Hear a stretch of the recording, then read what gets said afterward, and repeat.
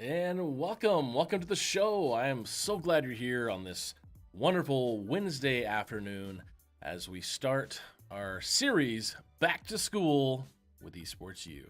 Thank you for being here. I'm your host, Bubba Gaddert.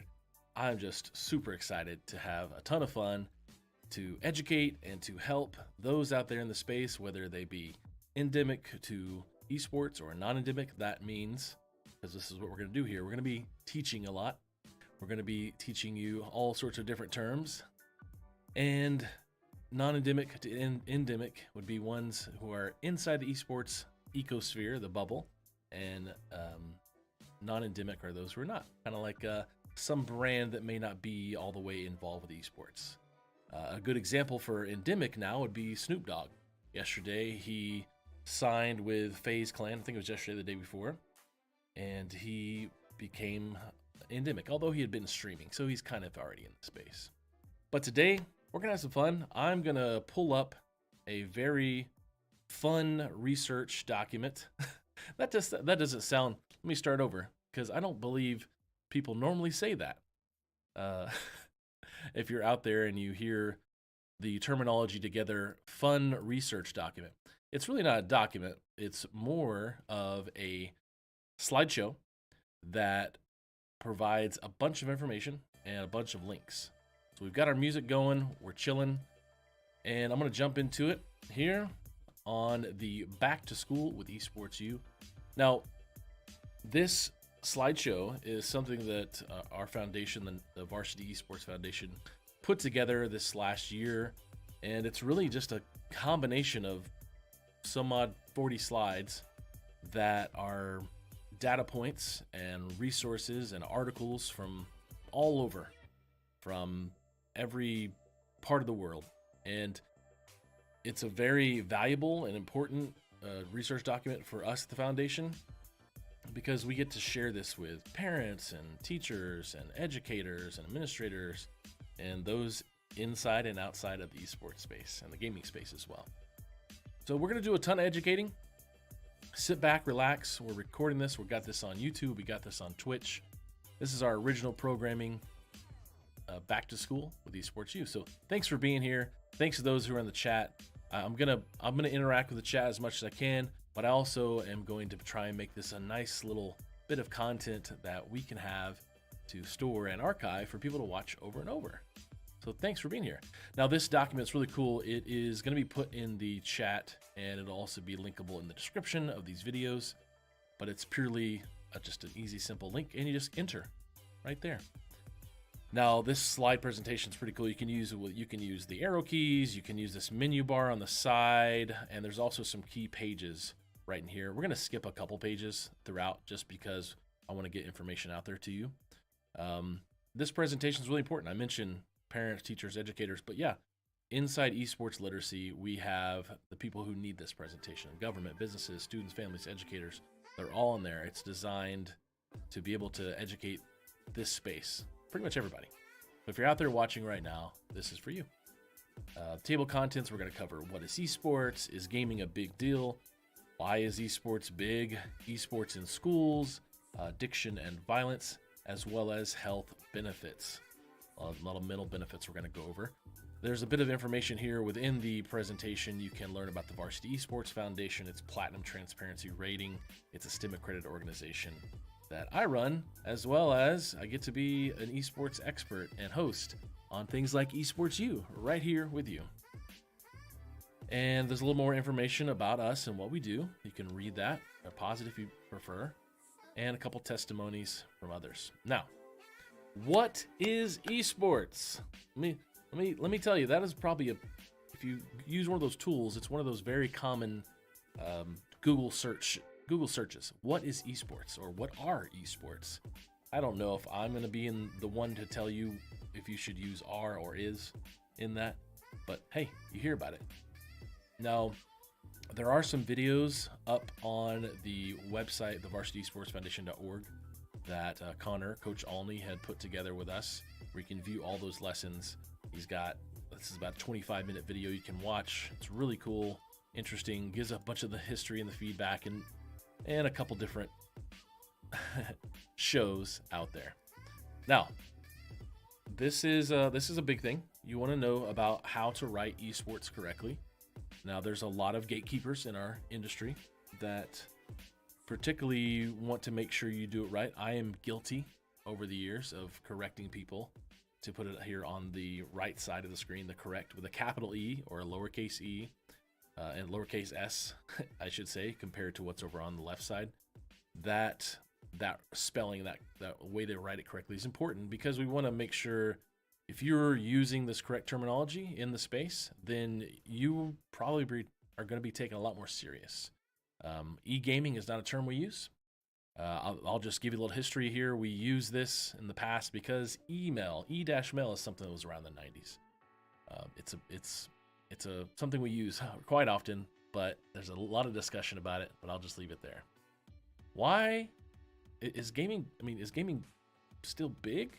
Is it not just for 30-year-olds in their basement drinking soda, eating chips? Well, let's take a look at the numbers. We got a bunch of slides of the numbers. And reminder, at the bottom of this presentation, right down there, there's links accredited to all the information, each site, each website, each article, each research paper that's out there on this information. Part of Newzoo's information they gave away is there's 3 billion gamers in the world. It's only about 40% of the world, right? So there's a lot of gamers. And when you break that down here in the United States, there's 227 million gamers, and of those, the average age of a gamer is 31, and of those 227 million gamers, 45% identify as female. Now, this test only asks for 2 genders, so that's the data we have right now from 2021, which the entertainment software will be coming out with some more information, I'm sure, towards the middle of this summer. Look at this, students. This is where I live. I live in the scholastic space, as we call it. You're here watching on the Esports U channel on Twitch. It is managed by the Collegiate Sports Management Group, Scholastic Space, and Scholastic Esports, managing Esports U and events like the CECC, the Collegiate Esports Commissioners Cup that's happening in May in Atlanta, which we'll have a commercial for that later. But hey, almost all of teenagers play video games. I left this up for a little bit because I want you to make sure you know that pretty much all kids play video games. So when we're talking about kids doing something with their lives and being active, we'll get into it a little deeper here later as well. Gaming overall, let's just say mobile, desktop, and consoles, $180 billion industry almost. And that's just 2021. It'll definitely be higher this year. And when we look at the pie chart there, we see that mobile, the dark blue, is a lot larger because around the world, mobile access to games is a lot easier. Plus, if you are someone who plays Candy Crush, or you play Words of Friends, or I would even go to say that the New York Times Wordle now is part of the gaming industry. That is a game. So you're a gamer right there. It's a very inexpensive form of entertainment. If we look at gaming right here, for the SaaS, that's subscription-based models, it's 17 cents per hour cost compared to going to see the new film this weekend, whichever it may be, or a lot more. Which that's a good deal right there. I'd go to that movie for $7.11. That's an average, right? So it's a very inexpensive form. There's another level here of traditional gaming. That is more if you are purchasing the CD or the digital content. This is more of subscription-based games. Now, for those Chamber of Commerce nerds like myself out there, gaming in the United States, and this is old data from 2019, it provided a $90 billion economic impact in the United States with over 429,000 jobs. That's just the ones we really know about. If we add in what streamers do, like some of you streamers are in the chat right now, there's going to be quite a few zeros on the end of that for those in the gaming industry. Now, it may not be full-time, but it is part of the industry. Look at the salary ranges. We look at top left, pro esports player, $60K. When we look down, the game tester in the bottom right, $52K. Where's the largest one? $162,000 for a team manager of an esports team. Now, I'll say that team manager makes more than the player, but that player makes a ton of money on endorsement deals and sponsorships. Now, this is just the big sexiness of esports and gaming. However, there's a lot more than what is just shown here in the levels of salary ranges. Great graphic we have from NASF, the North American Scholastic Esports Federation, that put this diagram together about the different opportunities for careers. And we have another great slide here in a minute we'll show that's even larger and more colorful about what careers are in the gaming industry. When you look at this, you have a couple different segments, and we'll break those down here in a minute. But if you take out the middle of gaming in the middle and you put in MBA or other careers, other industries, they would have a lot of the same jobs, because when we look at this big chart here, and you can definitely go find this on medium.com by Nico Bessombes from France. He put this out, and he's got another couple 15 charts or so similar to what's happening in gaming and esports. But we look at these different jobs, and we look at, you probably can't read it, but human resources, financial, legal, we've got career management, we've got coaches, players, wellness coaches, sports directors, web designers, journalists, cameraman, stage manager, light engineer, game developer, all these jobs that are related around the esports profession, which is also inside what's happening with gaming to get those titles to be able to play. There's quite a bit of jobs and careers there. If you're thinking you can't do anything in games, well, we're here to tell you can.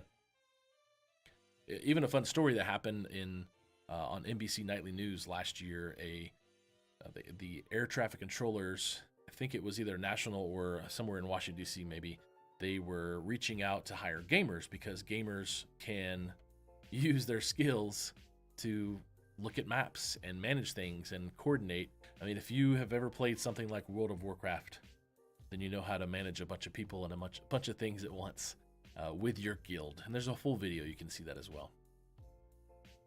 Now, why is esports big? Why is there so much money involved? We're getting close to halfway done through this, and we wonder, well, it's a $24 billion industry. Now, there's a debate that happens with a couple different people, Newzoo, Seth Jenny, William Collins, about whether it be a $1 billion industry or a $24 billion industry. I think the debate is great. I'm going to go with a large number because it seems better and it seems bigger. I've been convinced of it by the researchers that it's that level. And we look at the game publishers alone make a ton of money off the esports industry. And they're the ones who hold the IP and they hold the keys to those games, those game titles.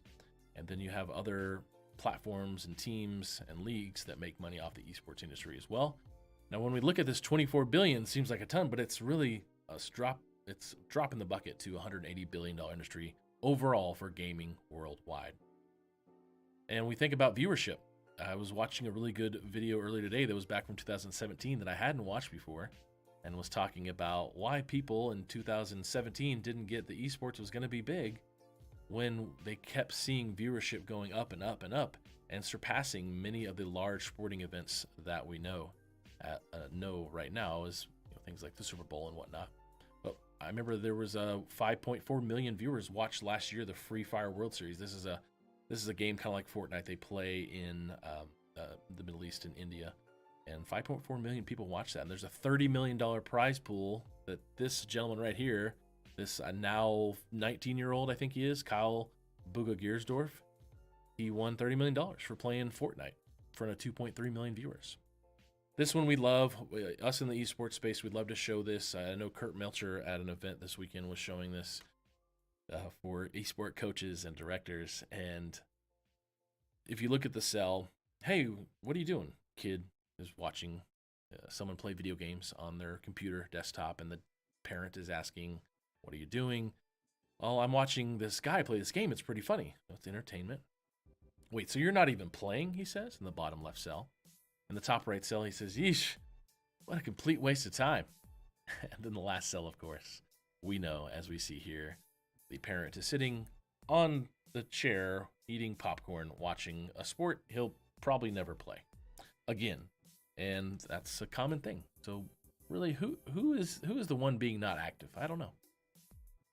Millions of dollars. We'll look at different prize pools from big esports. Last year, we got information from the International, which is a Dota 2 competition back in 2019, $34.3 million as a prize pool. And the interesting thing about those prize pools, those are community contribution, which means they crowdsourced a lot of that funding for the prize pool. I think it was 25%. Yeah.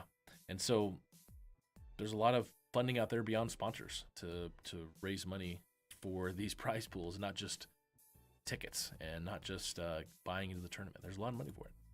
Now, halfway through, if you're wondering what we're talking about, you're just showing up. We're talking about esports. We're talking about esports and gaming. We've covered what it is. We've covered the big information on money and revenue in the industry. We also covered why and how these prize pools work and other things like that. And why is it such an important deal, a big deal? Now, when we go into schools, we talk about schools, esports in schools is a big deal, especially for those in our esports bubble, the scholastic space. We're going to jump into this, and as you see down the bottom left, we have information about violence, and we're going to talk about benefits as well. So we're going to talk about some stigmas, and we're also going to talk about some benefits, a lot of cognitive and mental health benefits. Let's jump into it. Almost 2,000 colleges have eSport programs here in North America. If you have ever heard of someone playing video games in school and a college space, it's happening. Here at Esports U, we run an event called the CECC, the Collegiate Esports Commissioners Cup. That's happening May 6th through 8th in Atlanta at the Gateway Arena. You can find out more information at collegiatesmg.com/CECC. And that event is the culmination of 64 teams coming from around the nation to play 4 different game titles: in Overwatch, Rocket League, Smash Brothers, and I believe Valorant.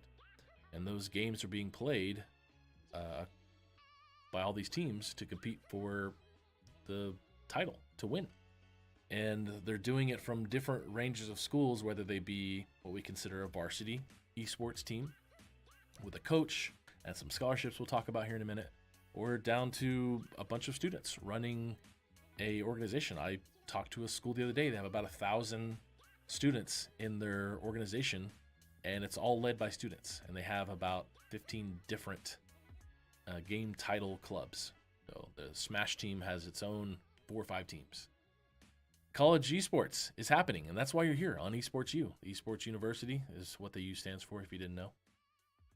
Now, every year, we know about $20 million of scholarships are available for esports, whether that be half partial tuition discounts, merging with other scholarships that happen for your grades or things that you've earned as a high school senior going into college.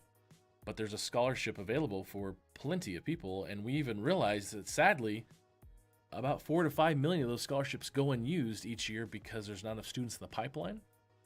And it's honestly difficult for coaches out there, the many, many coaches in the college space, to find information that directs them to the right place to find a scholarship, or they don't know how.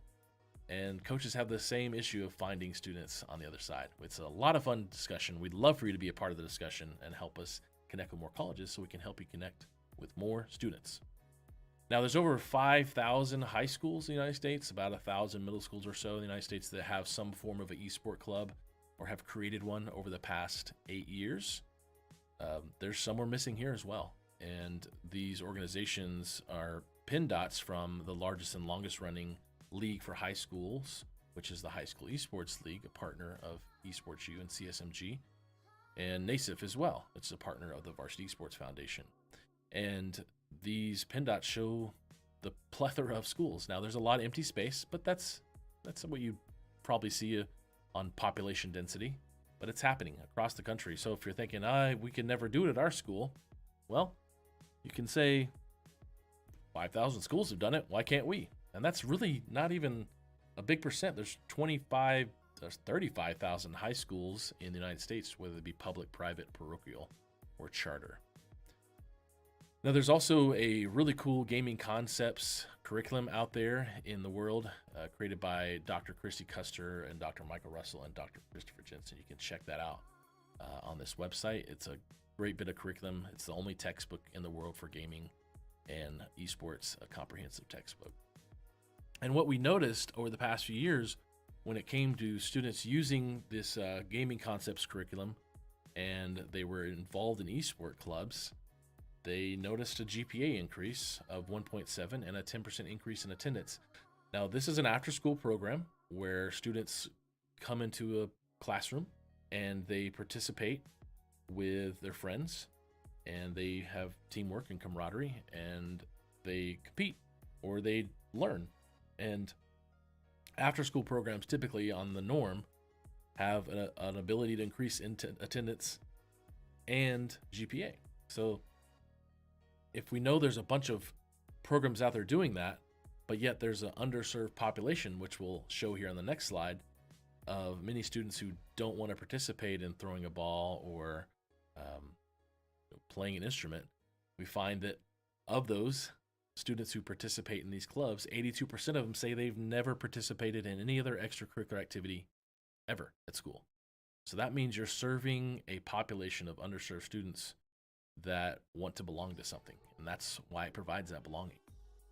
Social emotional learning is great. Another great graph from NACF where all these great things beyond the cooperation and relationships, communication, perseverance, grit, teamwork, camaraderie that we mentioned, problem solving, critical thinking, just technology, college and career advancement that's there inside a club that these students can learn beyond just playing a game, because it's as Kevin Brown says, it is the chocolate on the broccoli to get the students in and get them learning. A lot of information about STEAM and STEM. I'll let you know if you don't know STEM, whichever one you prefer using. A was added later down the road for arts, which it's science, technology, engineering, arts, and math.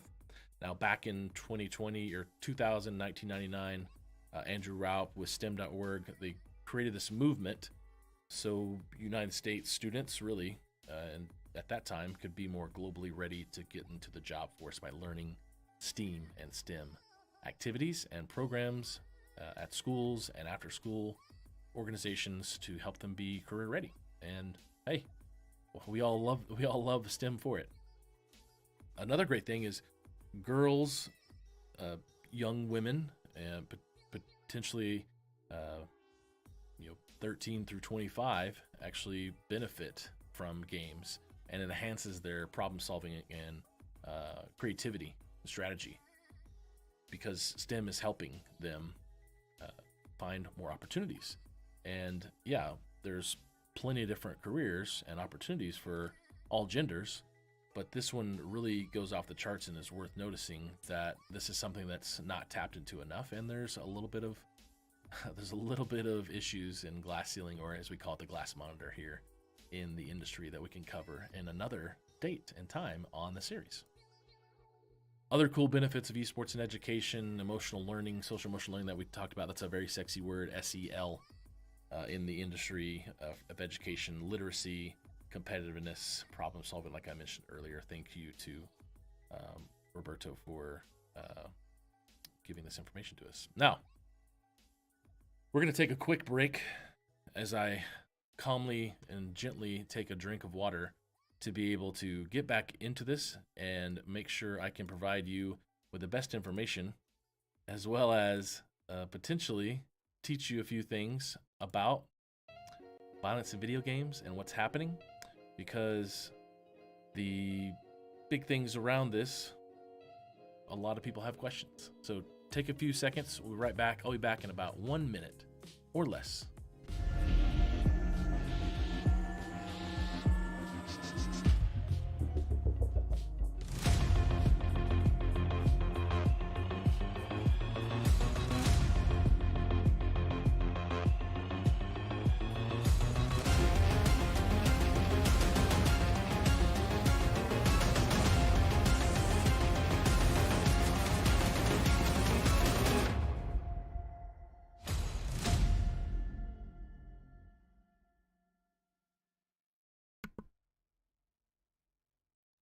And we are back.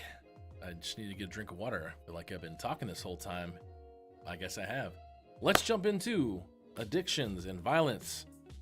Does video games, and do video games cause violence? Do they cause issues, screen time, addiction? Well, yes and no. A lot of no, but we'll cover that. Addiction is a big thing. We want to make sure you know about this when it comes to finding an opportunity to take moderation when it comes to the amount of time anyone plays video games. Just like in moderation, you could potentially play video games for 16 hours a day because you're training, but you could also do 16 hours a day of basketball and not use moderation as a tool. So we want to make sure that people are using moderation as a way to help them, and these organizations do such a thing. Now, the question also comes up, what about screen time? Screen time, the digital babysitter. My kids are always on games, and I can't, I'm working, I need something to keep them entertained. And are my kids going to be crazy and aggressive? And we look at this information from the University of Oxford, and they found actually no relationship between aggressive behavior in teenagers and the amount of time playing violent video games. Yes, no correlation, no relationship. The issue might be coming from the study that happened back in 2015. And just recently, the American Psychological Association reaffirmed that study from 2015, a resolution that cited that that the evidence that video games are the cause of violent behavior and mass shooting is just not there. What happened over the past 5, 6, 7 years has been that media and policymakers have taken that data and that research and misquoted it, unfortunately, and hyped it up to say there is a study showing that violence is caused by video games and school shootings are caused by video games, when we have a ton of data that is showing that it's not true at all. It's just unfortunate loud people say loud things. Now, we jump into that because if we look in the United States, video game sales going up in the billions and violent crime going down in a trend, but it's still to blame. So what could be the issue? I don't know. Maybe there's a little bit to do with violent gun deaths in the United States. Quite a bit of violent gun deaths in the United States compared to Japan, who buys more video games and they have a very little amount of gun deaths. Now, when we think about that, I think about what causes more violence and also kind of make the correlation of what requires no physical movement or training. There was a good video I watched earlier today about Olympic shooting, and this kind of shows that there are clubs in schools that have shooting clubs for Olympic shooting, for people to join maybe the U.S. Olympic shooting team to shoot clay pigeons or targets down a shooting range. And those clubs require skill, safety, discipline, training, mental focus, but it's just pulling a trigger. And compared to that hand movement and using this mouse to move around and click buttons, which one needs more physical training or movement? I mean, they're pretty similar. And which one causes more violence? Well, we've just talked about how video games are proven and shown to not have a connection, and we're not seeing a lot of information or data coming out saying these shooting clubs are bad either. So what is it? What is it that we really are trying to understand? And it's that we have a misconceived notion about violence in video games. And we also wonder, that physical movement point, is esports an actual sport? Well, sport is defined by organization, rules, skill, physical movement. Talked about those clicks. I mean, you can make 400 clicks in a minute compared to large muscles being used to throw a ball. You're using a lot more eye movement and cognitive reflexes to be able to make a ton of decisions in a few seconds. So, is it a sport? I think we're going to have that debate for quite some time. Now, we're on to our final section. We're wrapping up the show for our Back to School with Esports U. Thank you so much for being here. We're going to finish up our benefit section. Got a lot of fun data in here, a lot of information that will help people see the true benefits of esports, especially in health and mental health. Now, we've found data, and we've got a study showing that kids are less likely to be bullied or become addicted because of digital competencies and the ability to get education that promotes these competencies. So it's really, really important that we as parents are helping educate our students the right ways to use their devices. Playing video games can be good for well-being. Yes, we agree. Lots of studies out there, Oxford Internet Institute, showing that social connection is very important for people's well-being and video games, as well as cognitive benefits. Research showing attention, executive function, which is a huge part of your brain and what you do, it helps you. We talked about the FAA hiring gamers, right? Helps with these job-related skills, which I was going to even mention gray matter, right? Increasing gray matter volume from the amount of video games played. And what I always touch on this one is we tend to not have an issue with 5, 4, 3-year-olds playing a leapfrog game or something like that teaches a student or a young one. And we typically don't have an issue with someone playing solitaire and they're 75 or older, or playing a memory type game on their phone. And we think that's important. But in the middle, we tend to have an issue with video games and think that it's causing problems and not helping problems. And we see a lot of data that proves it's helping. Child improvement in memory, improvements in memory, right there. When that memory that they need later on for all the skills they need, it's going to help. They're going to remember certain ways that a video game, corners and skills and things you need. Those are going to help build that brain storage for memory. One last thing, if you're part of the organization, we'd love for you to donate. But hey, this has been a ton of fun. This was our first show in the series of Wednesday episodes where we go into information about the esports and gaming industry. Wanted to make sure to get this kind of boring one done so you could have a little information and refer to it later. We're going to have some interviews with people throughout the next few months. We're going to have regular times where we play games with people in order to teach us about the video game industry and esports. And we're going to be diving into tough questions. And we're going to have people from the college space, coaches, players.